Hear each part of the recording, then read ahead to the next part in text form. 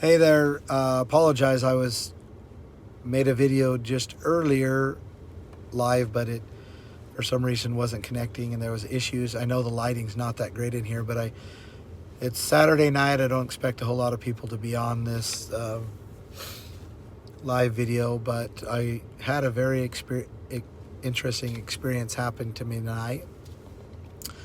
I was asked about a couple months ago to speak at the We the People conference here in Idaho. I've spoken at this conference for the last several years, and it's always been pretty good. And I was asked by Tony Pellegrino this year, came, ended up speaking for about an hour about liberty, about where we're at in Idaho. I felt there was a great spirit, that there was a good reception. And then they decided that they were going to have like this round table. And anyway, I have some concerns about, that this was intended or planned. They tried to, entrap me in this situation. I can see now that it was probably intentional. But, and that's okay. But I know that Tony is friends with Kirk Pendergrass, and what happened about a year ago, a little over a year ago, is there was a group of people that went downtown Boise, and they were associated with me, with people's rights, and they went downtown and began to, pretty much force their way into businesses, refusing to put masks on.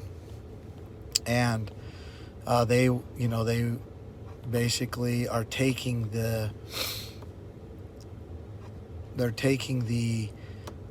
line that because the business is a public business, or open to the public, that it's a public business, and therefore that the business, the corporation or the business or whatever, because it's open to the public, has to follow the rules of the public. And they're somehow saying that, masks are sorry, my throat's a little dry. Thanks for telling me you can't hear me very good. I'll speak up. So these people were going downtown. They were going into these businesses, these small businesses downtown Boise, and they, who were basically requiring masks to come into their businesses, and they were refusing to wear masks.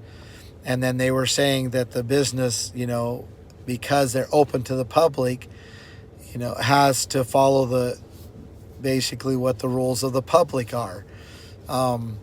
And I disagreed with them then and disagree with them now. I made a statement that you'll find actually on this channel, YouTube channel, about the principles of private property and how they apply to a business. And it doesn't matter if the business owner chooses to allow people come from the street or whatever else, the principles of private property ownership still applies, because a business owner purchases that property. A business owner, hires the employees, makes the policies, gets the loans, does all the things that they do in order to make that business successful, including the 16 to 17 hours a day of work.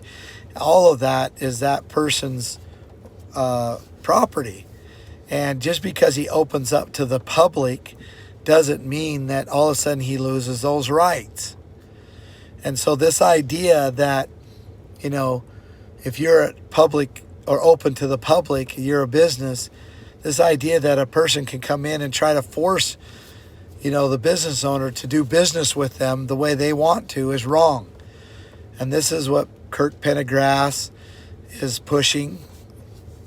And I want to connect the dots with what he is doing and how he has got a lot of people convinced that if a business is open to the public, that somehow they're a public business. That is right to refuse service. Matt Rogers understands that. Each person, each business has a right to refuse service. It doesn't matter if they're a corporation or, if they're a self-entity or LLC or whatever. It doesn't matter. Now, you might not like this. People might not like this. They want to be able to go into a business and they want to, not have to wear a mask. And I am the same way. But the choice is whether we go in or not. That's right. Mighty Mouse girlfriend. That's right.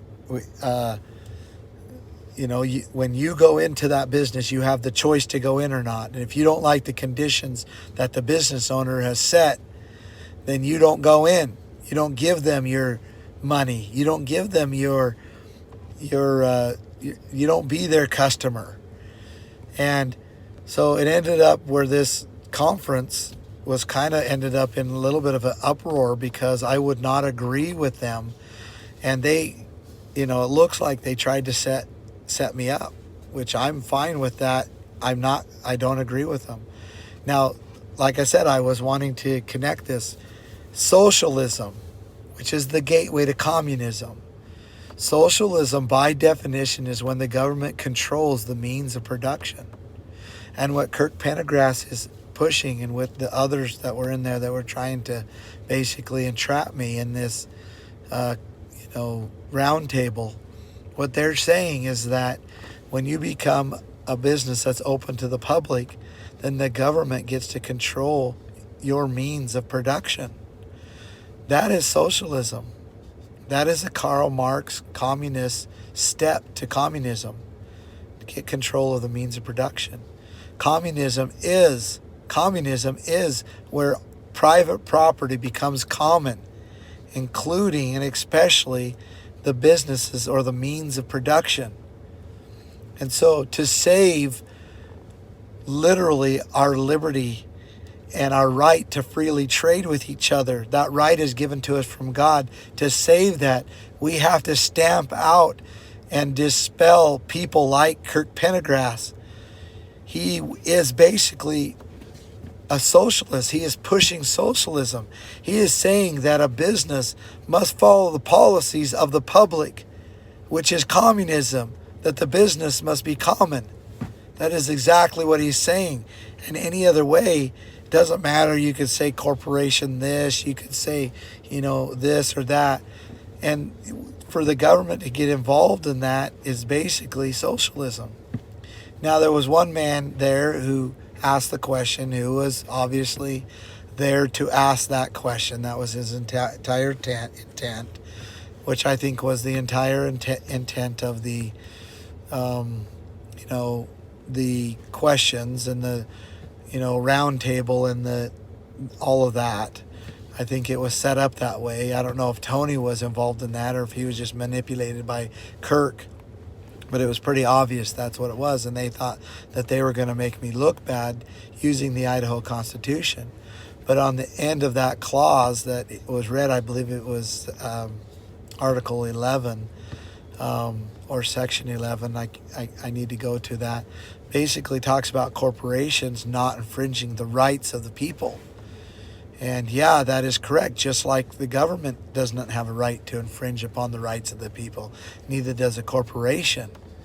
But, if a corporation was to force you into their business, was force you to buy, then that would be an infringement upon your rights. Or if they were to force you to, into slavery, those type of things would not be right. And that's what the Constitution was saying. That's what the Idaho Constitution prohibits. It prohibits a corporation or a business from, infringing upon the rights of the people, even the right of conscience. But that in no way disparages a business owner's right to determine what goes on in his property, which is his business, even if he's open to the public. So what Kirk Pendergrass is saying is wrong. And in fact, like it or not, if you get on, and I use this example, if you want to fly, right, and you got to get on Southwest airplane, and Southwest says, look, you got to wear a mask in order to fly on our property, then by hell, that's their decision to make. And that is their decision, like it or not. And I might lose all my support, but that's just the way it is. If I decide to buy an airplane and I decide to fly people from one point to another, and I make the policies, then you can decide to fly on my airplane or not. But those are my policies. Why? Because it's my private property. And just because I'm open to the public getting on my plane and flying and paying me to fly them, that doesn't mean I lose my rights as a property owner, especially as a business owner. I mean, their principles and their concepts of what they're trying to push is completely wrong. And it is socialism. It is socialism, and it will destroy this country. It'll destroy Idaho if we allow that to take root. So Kirk Pendergrass will destroy Idaho if his ideas, like them or not, take root. They will destroy Idaho because it'll destroy all the businesses and all the right to trade with each other. And, I understand why you feel that way, why people feel that way.